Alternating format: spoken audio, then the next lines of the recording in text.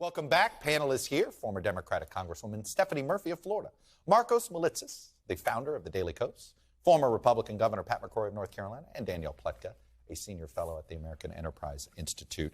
The equivalent of punching or couch cushion. You can't attack Donald Trump, so they're going to attack Vivek. I don't know. That's an interesting theory. I actually hadn't thought about that. I don't think most of them wanted to attack him. I think he just got on their nerves. He was so freaking obnoxious. He was this little chihuahua biting at their ankles, and he finally couldn't take it anymore. Who is this?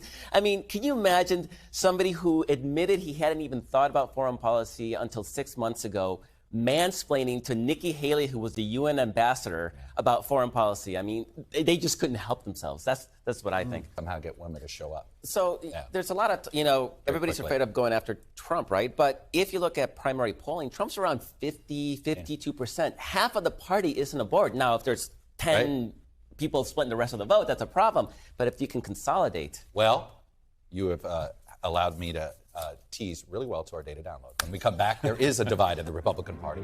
People are looking for another. I get that people don't want. And I know.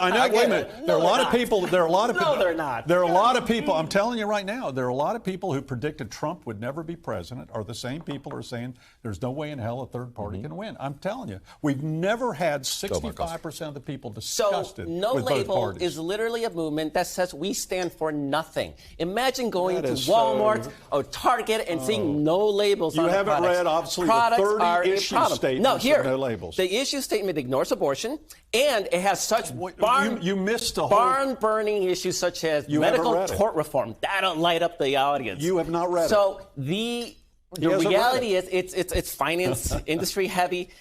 Oh, I read it. No, I actually did read it. I read it last night. So that's why you couldn't sleep. Yeah, clearly. Well, Nikki Haley basically repeated the no labels agenda. No. So the problem isn't they don't like Biden or Trump. Is that you are creating this idea that there's a mythical unicorn creature that will agree with these people who want something else. That doesn't exist. When Magellan pulled Manchin and Huntsman. It was like what, 12%, 15%, and that wouldn't even get that much. All right.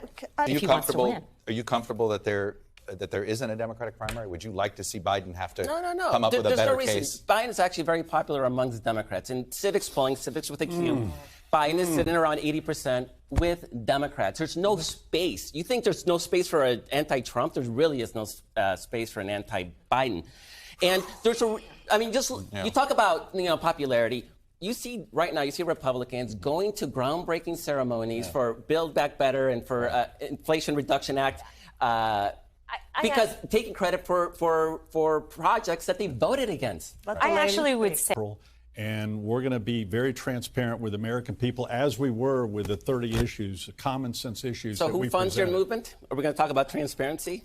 What's that? Who's the funding? The same people who have groups that are funded with MoveOn.org that are trying to stop us from getting on the ballot. This is a discussion that has to end because of time, but it will not end. Yeah. Other than that, all right, that's all we have for today. Thank you for watching. We'll be back next week, as if it's Sunday. It's Meet the Press.